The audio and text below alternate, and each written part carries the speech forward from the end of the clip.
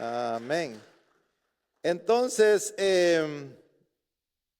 Dios permitió que en la escritura se quedaran algunas personas que nos sirven como modelo a seguir, ¿verdad? Y he repetido varias veces que hay personas que quedaron como una señal de advertencia. Entonces, son hombres señales, pero que nos advierten que si si, como siempre decimos, si tocaron la plancha y se quemaron, no la toquemos nosotros, porque de seguro nos vamos a quemar, ¿verdad? Entonces, en la Biblia aparecen personas que cometieron varios errores y personas que también cometieron errores y superaron los errores. Y hay personas que realmente fueron indiferentes a Dios. Y miramos cómo fue su conducta y cómo terminaron, cuál fue su fin. Entonces no pretendamos que si hacemos lo mismo que ellos, vamos a terminar bien si ellos terminaron mal. Ahora, si queremos terminar bien, pues hagamos lo correcto, hagamos lo que David hizo para que terminemos bien. ¿Cómo terminó su carrera David? La terminó bien. ¿Cómo la terminó el apóstol Pablo? He ganado la buena batalla, he peleado la buena batalla, he ganado. Entonces ya estoy listo. Entonces terminó bien. ¿Ya? Y hay personas que terminaron bien, hay que ver qué hicieron para terminar bien. Entonces no vamos a pretender nosotros de terminar bien si hacemos, ¿cómo lo digo? No pretendamos terminar como terminó David si tenemos la actitud de Saúl. Son paralelos, son dos reyes. Y entonces vemos uno que hizo lo recto delante de Dios y vemos cómo fue su conducta, cómo terminó y cómo fue la conducta del otro y cómo terminó el otro. Entonces, no podemos pretender, como les digo, tener las actitudes de Saúl y terminar como terminó David. No se puede. Entonces, todo esto nos sirve a nosotros como enseñanza. Dios lo dejó. Entonces, cuando miramos el perfil de Abraham, podemos ver que Abraham es un modelo a seguir. No es una señal de advertencia. En algunas ocasiones sí, cuando cometieron algunos errores, ¿verdad? Pero su vida en sí, en el libro de Hebreos aparece como un héroe de la fe. En el Nuevo Testamento aparece como alguien que hizo lo recto delante de Dios. Entonces yo quisiera en esta noche ver qué cosas sobresalieron, ¿verdad?, de Abraham para poderlas imitar nosotros. Entonces, no hay excusa, ¿verdad?, para poder hacerlo lo recto delante de Dios, no importa dónde hayamos nacido. Hay una persona que se llamaba Jabes en la Biblia. Era el que tenía las desventajas todas las desventajas. Y dice que él fue más sobresaliente que todos sus hermanos. ¿Cómo lo hizo? O sea, nunca hay una excusa. No, que yo nací en un barrio pobre, nací en una familia pobre, o nací en una familia donde yo no pude estudiar, no puedo hacer No hay excusa para hacer las cosas, para poder sobresalir, hacer las cosas correctas, llegar a donde Dios quiere que lleguemos. No hay ninguna excusa. Entonces quisiera ver el perfil de Abraham, que nos puede enseñar mucho. Es más, la Biblia le llama el padre de la fe y nos da a entender a nosotros que somos hijos de Abraham a través de la fe. O sea que no solo los judíos son hijos de Abraham, sino también nosotros, la iglesia de Jesucristo. ¿verdad? Entonces en el libro de Génesis, en el capítulo 12, versículo 1, dice esto de Abraham. Entonces quiero ver algo de Abraham aquí. Pero Jehová había dicho a Abraham, en este caso todavía era Abraham, ¿verdad? No Abraham. Vete de tu tierra y de tu parentela y de la casa de tu padre a la tierra que te mostraré. Y constantemente van a ver cómo Abraham, Dios le daba órdenes y las obedecía. Una de las cosas que nos va a dar el éxito a nosotros como hijos de Dios es la obediencia. El padre Abraham, padre de la fe, comienza con una actitud de obediencia. Y no una obediencia parcial, sino una obediencia total. Porque la obediencia parcial termina en lo último siendo desobediencia. O sea, él dejó todo. Dios le dijo que se saliera de su tierra, su parentela. Salió, obedeció.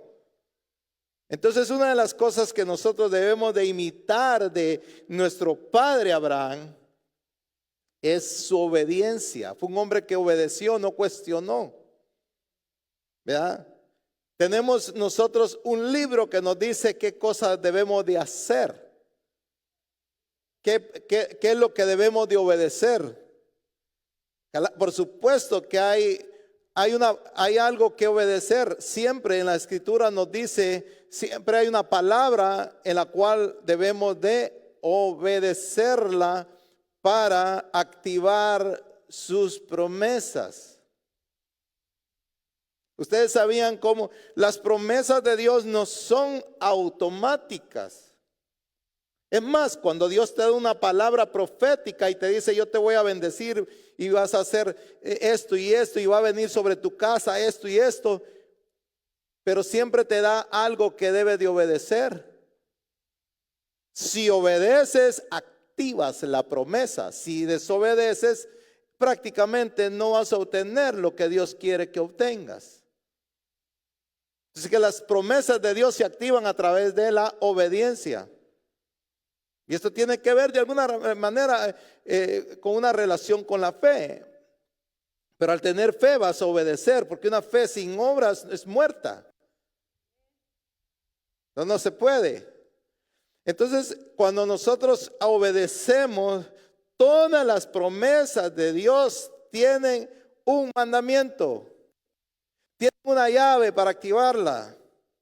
No son automáticas. Hay algo que obedecer para activar esa promesa. Aquí no se trata, hermano, no somos ni iglesia, no queremos comenzar siendo una iglesia que solo dice Dios te va a bendecir, este es el año que Dios, de la bendición de Dios, y va a venir bendición sobre tu vida sin examinar tu vida. No se puede. Yo no te puedo decir que Dios te va a bendecir sin saber cuál es tu conducta. O sea, no se puede. Dios no rompe principios. Dios es un Dios santo que cumple, que mantiene sus promesas. No puede quebrantar su ley. Y no puede sobrepasar algo. Aquí Dios no tiene niños mimados o hijos mimados o consentidos, como le queramos llamar. No lo tiene. Hay personas que dicen, miren cómo me consiente Dios. No, a lo mejor obtiene las cosas porque obedeces, no es porque te consiente, es porque obedeces y sabes cómo activar las promesas de Dios. Y es a través de la obediencia es la llave para abrir las puertas de bendición que Dios tiene para tu vida. Hay un montón de cosas que Dios tiene para nosotros, es verdad, no es mentira. La Biblia dice que tiene muchas cosas buenas para ti, pero las puso en un lugar donde tú las tienes que alcanzar. Ha puesto una palabra para que la obedezcas, y al obedecerla entonces se activas la promesa. Y entonces va a venir, no es automático. Abraham tenía algo peculiar, que era un hombre que obedeció a Dios en todo, nunca lo cuestionó. ¿Sabías tú que Jesús dijo que oremos de esta manera? Vosotros oraréis así. No es repetir el Padre Nuestro, es un modelo que aparece en el Padre Nuestro. Haz tu voluntad, así como en el cielo, que sea en la tierra. ¿Qué es eso? Obediencia, porque en el cielo no le desobedecen. En el cielo Él da una orden y se cumple. Nadie le desobedece allá. En el cielo todo es una orden y va y se cumple. Entonces es un gobierno que obedece. Entonces que sea, venga el cielo a la tierra. ¿Cómo? Tú lo puedes traer obedeciendo. Cuando tú obedeces los mandamientos de Dios, te vuelves parte del reino de los cielos, porque en el reino de los cielos no desobedecen sus mandamientos. Aquí sí. A veces desobedecemos, quebrantamos los mandamientos y entonces no estamos haciendo que el reino de Dios venga a la tierra. La manera de que el reino venga, tu reino, hágase tu voluntad, ¿ven? Así como se hace tu voluntad en el cielo, y la voluntad de Dios es que obedezcamos. Sea muy poquito fuerte, pero es por su bien, los amo. Sí, porque no podemos pretender a decir, yo declaro que este año, puedes declarar un montón, si no obedeces no va a llegar, y una vez te lo digo. No soy profeta, pero te estoy diciendo de una vez. No va a llegar. Podemos proclamar lo que queramos proclamar y aún orar lo que queramos orar. No va a llegar porque hay cosas que solo se activan a través de la obediencia. Entonces, una de las cosas que Abraham tenía era un hombre que obedecía a Dios. Nunca le desobedeció. Y sabes que en el momento que él tuvo otro hijo, no fue idea de él, fue idea de la esposa. Bueno, dejemos esto acá, pero era un hombre que obedecía. Era una persona de fe, por eso aparece, le llaman el padre de la fe y le fue tomado como justicia, porque la fe te hace, te convierte en un justo por la fe. ¿Por qué somos salvos nosotros? Por la fe. Es por la fe en Jesucristo que Él murió por nuestros pecados y eso entonces... A través de cuando nosotros tenemos la fe en Jesús, entonces Él nos da su gracia, porque somos salvos a través de la gracia. Pero sin fe no se puede. Porque sin fe es imposible agradar a Dios.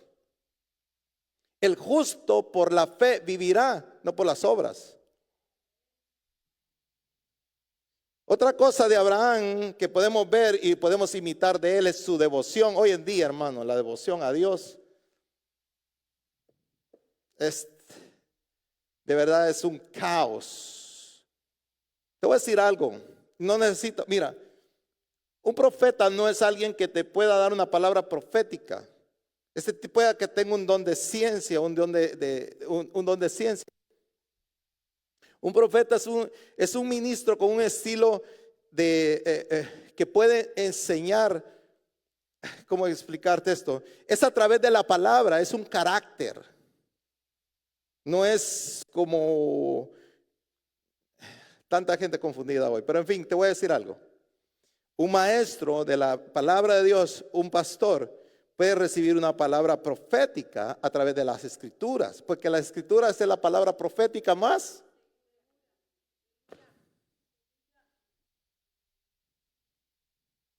Te voy a decir el tiempo que estamos viviendo. Estaba ahí adorando al Señor y se me abrió esto. Y lo voy a decir, o sea, es algo, estamos en un tiempo donde la iglesia, en una etapa donde tenía que, antes de que a Adán le dieran su esposa, lo durmieron, su cuerpo estaba dormido. ¿Estamos claros? Cuando Adán estaba dormido, todo su cuerpo estaba dormido, excepto una parte de su cuerpo. ¿Se recuerdan cuál? No todo su cuerpo estaba dormido. Te voy a decir algo ahorita muy importante. ¿Qué parte no estaba dormida de Abraham, de Adán? Su costilla. Había una actividad en su costilla. Dios estaba sacando con su costilla y de su costilla. Cuando Adán despierta, la costilla estaba viva. Estaba despierta, no estaba dormida. Se activó, sacaron y de la costilla sacaron a su esposa. Estamos en una etapa donde el cuerpo de Cristo está dormido, pero hay una parte que va a despertar así, que es la esposa del Cordero. La esposa del Cordero va a despertar, se va a activar. Así que tú tienes que ser pilas. Actívate en la fe al Señor. Oye, de verdad, en la devoción a Dios, tú lo miras. Entonces, mira, pues. Entonces, dice Ezequiel, y ese es el trabajo hoy de los ministros de Cristo, no profetas, y no apóstoles y profetas. Yo no sé dónde se sacan eso, hermano. Apóstoles y profetas es lo que hacen todo, los demás no sirven para nada. Pastores, maestros son de baja categoría. ¿Quién les dijo eso? Es un conjunto de un ministerio que es de apóstoles, profetas, pastores, evangelistas y maestros. Son los que van a despertar a la esposa. No solo son los apóstoles. Entonces, como pastor estoy para despertar a la esposa del Cordero. Una actividad es profética, una palabra profética. Antes existía solo los profetas. El ministerio profético. Entonces Ezequiel dice, lo lleva a un valle de huesos. Esto es importante, quiero que me pongas atención. Si tú te lo pierdes, te lo vas a perder, te lo pierdes, de verdad. Entonces estaba Ezequiel y entonces Dios le dice, párate en ese valle. ¿Qué ves? Veo un valle de huesos secos en gran manera. Estaban secos, no había nada de actividad de vida en ellos. Otra cosa, no era un cementerio. Era una batalla que se había perdido. Cuando hay una batalla perdida, dejan los muertos. O sea, cuando se conquista, llevaban a sus muertos. El pueblo, o sea, la nación que conquistaba, cuando ellos conquistaban al otro pueblo, se llevaban a sus muertos y los enterraban, le daban santa sepultura. Este era un valle de huesos secos que habían perdido la batalla. Te voy a decir por qué te estoy diciendo esto. Entonces dijo, el Señor le dice, profetiza sobre los huesos secos. Y profetizaron, y entonces cada hueso buscó su hueso, porque una parte de un cuerpo, un hueso quedó aquí, el otro quedó por allá, asados. Ven que no era un cementerio, no quedaron todos en un mismo lugar. Pero esto es lo que te quiero decir. Entonces el profeta dijo, huesos secos, y hoy digo, iglesia despierta. Somos los responsables de despertarte, de decirte despierta con la palabra de Dios, con los mensajes. Si tú eres una persona que escucha a Dios a través de los pastores, tú eres de los que van a despertar. Porque escucharon la voz del profeta que decía huesos secos, y escucharon y atendieron la voz del profeta y comenzaron y se activaron. Y dijo, porque todos estos huesos secos en la casa de Israel. Pues hoy en día los huesos secos en la iglesia está dormida, hay que despertarla. ¿Y quién los va a despertar? Los siervos, los ministros. ¿Cómo? A través de la palabra, a través de los mensajes tú vas a despertar. Si es que se presta atención. ¿Sí me lo captaron? ¿Estamos claros? Por eso no hay devoción a Dios hoy. Bueno, en Génesis 12:8 dice esto. Luego que se pasó de ahí a un monte al oriente de Betel y plantó su tienda teniendo a Betel al occidente y a Jai al oriente. ¿Y qué hizo Abraham? Y edificó ahí un altar a Jehová, invocó el nombre de Jehová. Eso no le dijeron que lo hiciera. Vete, haz esto. Ahora vas a tomar para tal lugar. Ahora vas a ir para acá. Vas a ir a esta tierra. Yo te voy a llevar para acá, te voy a bendecir. Y Abraham estaba obedeciendo a Dios. Pero que construir un altar no se lo dijo. Tiene que ser tu devoción a Dios. Tú tienes que levantar un altar a Dios. Dios no te va a venir a decir levanta un altar. Es como decir, Señor, ayúdame a amarte más. Esa es una oración mal hecha. Eso no te va a poner. Tú tienes que aprender a amar más a Dios. No es que Dios te va a auxiliar para que lo ames más. Eso es de acuerdo a tu agradecimiento de donde Dios te sacó. Vas a amar más.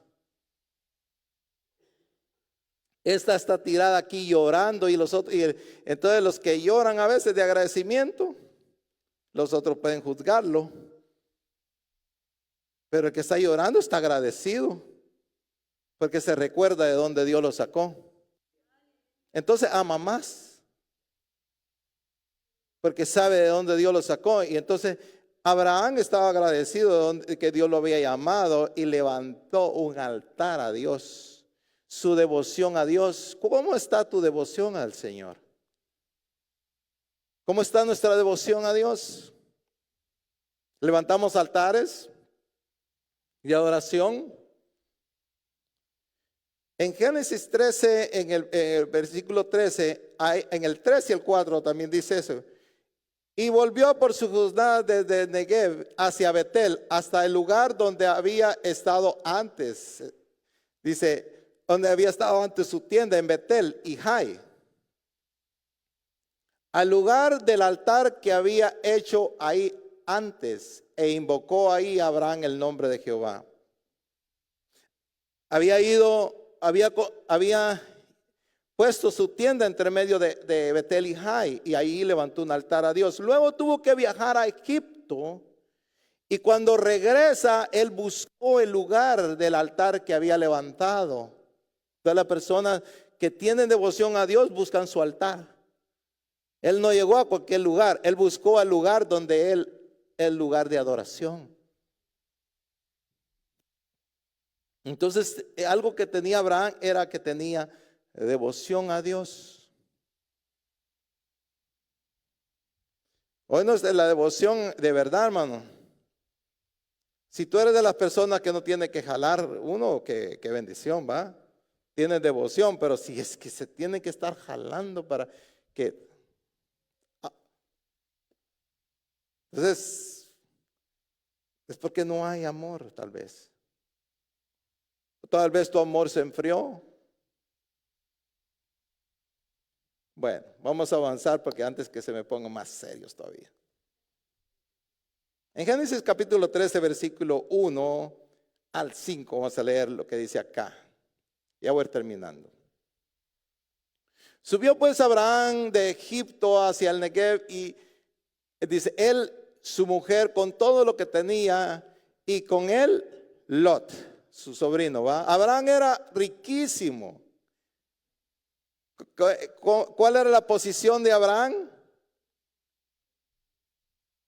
O sea, no era rico.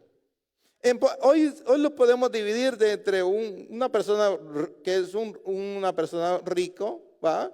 Como podemos decir, pero este es un millonario, ya como que este habla de millones. Bueno, aquí riquísimo significa que tenía demasiado dinero, sobresalía sobre los ricos, ¿va? No era solo rico, sino riquísimo. ¿Sí me estoy dando a entender? Y dice, riquísimo en ganado, en plata, en oro, tenía mucho. 3. Y volvió por sus jornadas desde dice el Negev hasta Betel. Bueno, el otro, porque ese lo leímos también. Al lugar del altar, el otro. También Lot, que andaba con Abraham, tenía ovejas, vacas y tiendas. También Lot, el justo. Recuérdense que los dos eran justos, pero estamos viendo, miran lo que estaba diciendo antes. Un hombre como señal de advertencia, un hombre como un modelo a seguir. Abraham, un modelo a seguir. Porque también Lot tenía mucho dinero. Pero hay una diferencia.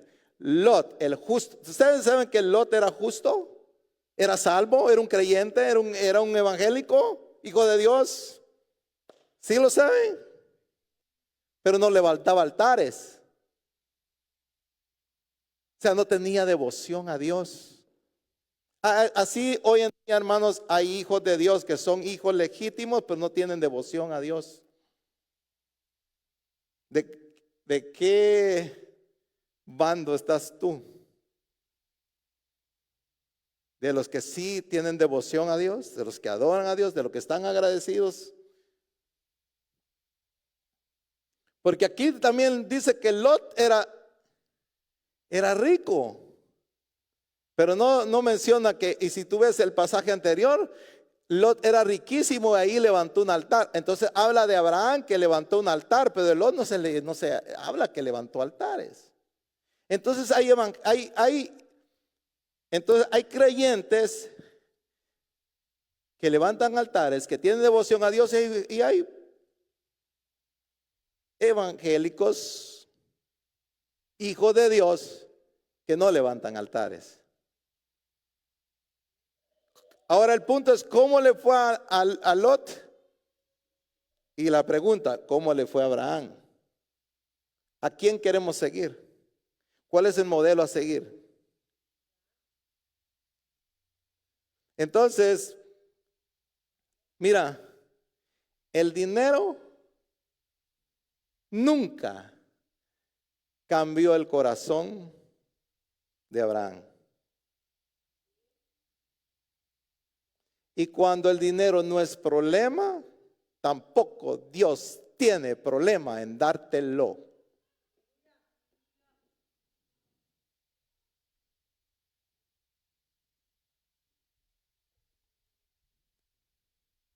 Abraham no era servidor de las riquezas, era servidor de Dios. Nadie puede servir a Dios y a las riquezas, porque no puede tener dos señores. Lot sí tenía otro señor, eran las riquezas, eran los business, era esa, ¿cómo se llama? Ambición.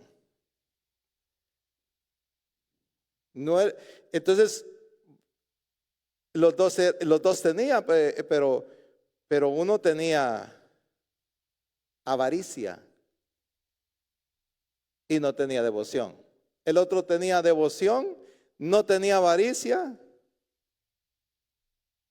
Entonces Dios no tenía problema de seguir bendiciéndolo.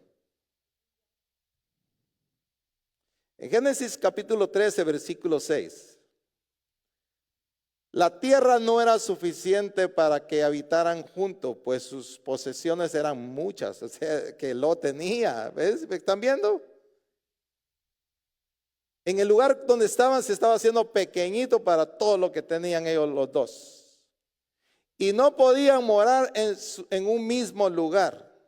Se estaban ensanchando. ¿Verdad? Había bendición, se estaban ensanchando. Y hubo contienda entre los pastores del ganado de Abraham y los pastores del ganado de Lot. Y el cananeo y el fereceo habitaban entonces en la tierra. Entonces Abraham dijo a Lot: no haya ahora altercado entre nosotros dos. ¿Quién fue el que habló? ¿Quién tomó la iniciativa? Abraham. Era el tío. Fue el que se humilló de alguna manera de decir: no, mira, no tengamos problemas en nosotros. Tendría que haber sido Lot el que hubiera ido con su tío, con un respeto que era su tío como autoridad, decirle: mire, tío, no vamos a tener nosotros problemas por esto. Arreglémoslo de alguna manera. No fue Abraham, porque Abraham era un pacificador y la Biblia habla de los pacificadores. Tú tienes que ser un pacificador. Entonces Abraham le dijo a Lot: no hay ahora altercado entre nosotros dos, entre mis pastores y los tuyos, porque somos hermanos. ¿No está toda la tierra delante de ti? Yo te ruego que te apartes de mí, y si fueres a la mano izquierda, yo iré a la derecha, y si tú vas a la derecha, yo iré a la izquierda. ¿Saben por qué Abraham pudo decir eso?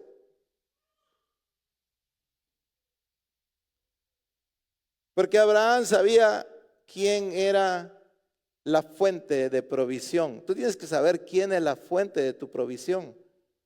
No tenía problemas. Si tú te vas, entonces no dependía de la tierra. Él sabía que no dependía su bendición de la tierra, sino de la fuente que es Dios. ¿Sí estás viendo?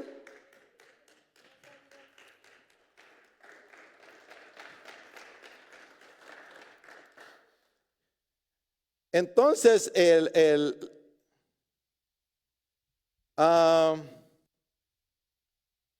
en Génesis, en el versículo 14, dice esto.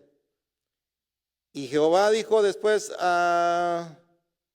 bueno, hay una parte, pero vamos a leer esto. Una parte donde dice que entonces dice que Lot le dijo, elige, escoge, no hay problema.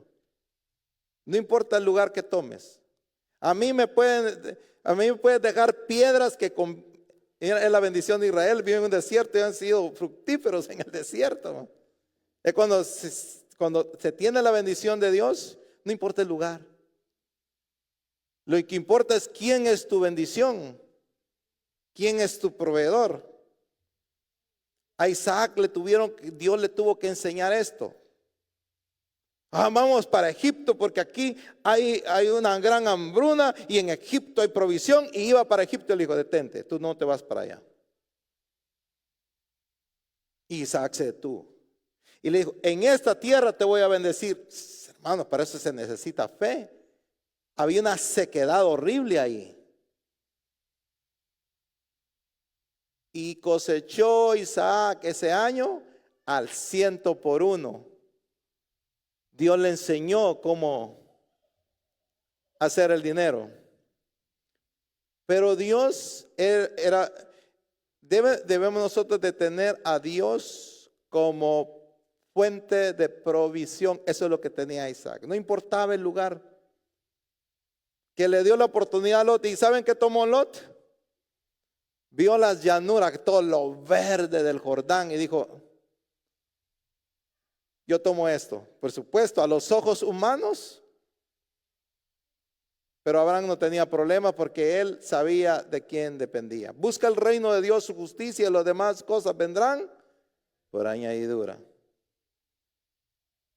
Entonces sabía Abraham quién era su provisión. Entonces aquí dice, y aquí estoy terminando. Jehová dijo a Abraham después de que Lot se apartó de él, alza ahora tus ojos y mira desde el lugar donde estás hacia el norte, hacia el sur, al oriente, al occidente. ¿Cuánto le dio? Mira, aquí te voy a decir algo. Tuvo que subir como Betel, que era el centro más o menos de todo lo que Dios les dio a las tribus de Israel.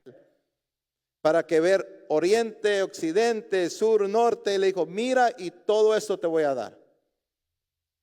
Y si tú ves el mapa de todo lo que Dios le dio, solo está el pedacito de Sodoma y Gomorra, que es donde quedó Lot, es una cosita pequeña de toda la tierra que Dios le dio a Abraham. Porque toda la tierra que ves, dice, te la daré a ti y a tu descendencia para siempre. Y así fue. ¿Quién obtuvo más al final del? ¿Cómo? Ahora, bueno, entonces aquí concluimos. ¿Cómo terminó Lot? Si estamos viendo los perfiles de ambos. ¿Cómo terminó? Tuvo que salir y dejar corriendo de Sodoma. No hubo tiempo para sacar su dinero del banco.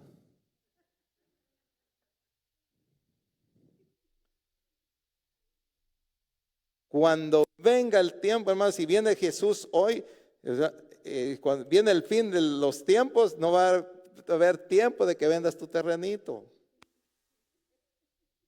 Ni que saques el dinero, se quedará para el anticristo. Tú déjalo ahí que se.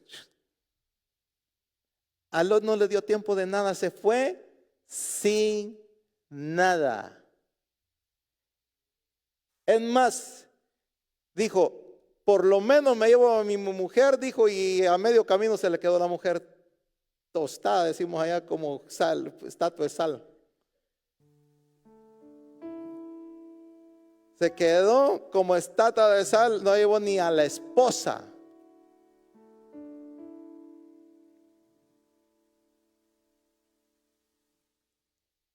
Y luego se lleva a sus dos hijas. Sus dos hijas lo emborracharon y tuvieron sus dos hijas hijos de él.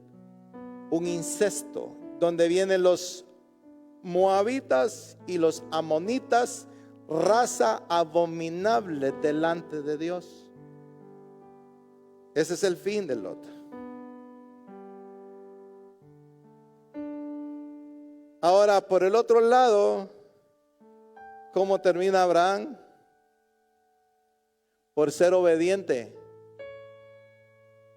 por ser amador de Dios, por ser una persona que amaba a Dios. Si tú amas a Dios, créeme, no te va a ir mal, te va a ir bien. Cuando Dios te dice que hagas algo, no es por satisfacer Él sus necesidades, es para que te vaya bien. Se llama amor. Es por tu cuidado y tu protección. Todo lo que Dios le dijo a Israel que no hiciera era para protegerlos. Aún el día de reposo que les dio era protección, porque esos judíos habían a trabajar los 7 días. Pero les dijo: paran y no trabajan un día. Les sirve para, si no estuvieran solo en el hospital, para pasar. Porque el cuerpo pide descanso y Dios tuvo que ponérselos como ley. Se llama amor, protección. La ley es para protegernos. No es, lo dije el otro día, ¿cómo se llama esa cosita que se pone uno así en el auto? Se llama cinturón de seguridad, de protección. Las leyes son para protegernos. No te tires las luces en rojo, te va a tener un gran accidente. O vas a herir a tu familia o vas a herir a otra familia. Es protección, las leyes es protección. Cuando Dios nos pide algo es para proteger, obedezcamos sus mandamientos, porque es para protegernos.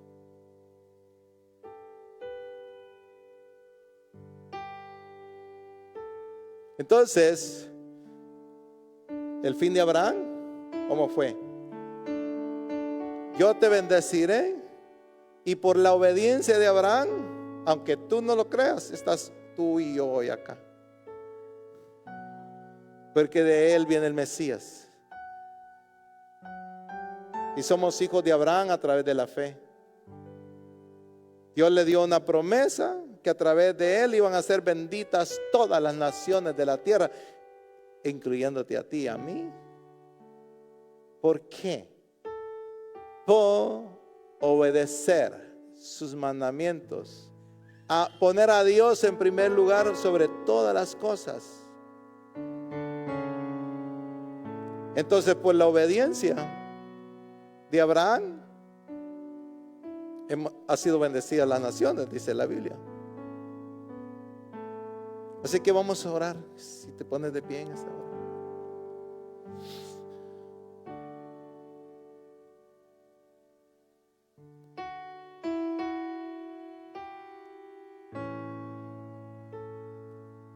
Devoción. La devoción viene a raíz de tu gratitud. Si te perdonaron pocos, te entiendo, no hay problema. Pero déjame decirte una cosa, que Jesús de todas maneras pagó el mismo precio por ti que aquel que pecó bastante. Derramó la misma sangre, pagó el mismo precio. No pagó menos por ti. Pagó igual. Le costó lo mismo a ti. Tú tienes que ser lo mismo de agradecido que a aquel le perdonaron mucho. Porque él pagó lo mismo, no pagó menos, no le costaste menos. Pero en nuestra devoción a veces no hay lágrimas. No digo que llores, pero debe haber alguna vez una gratitud a Dios. Levantar tus manos en agradecimiento y decirle: Señor, gracias.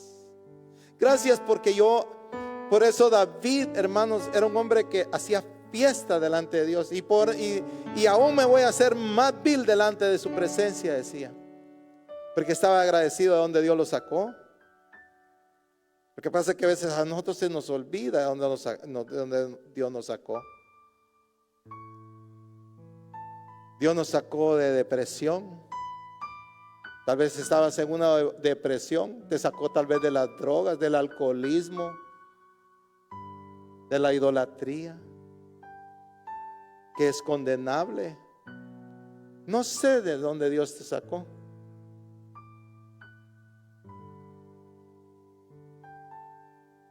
Pero no sé cuántos estamos agradecidos.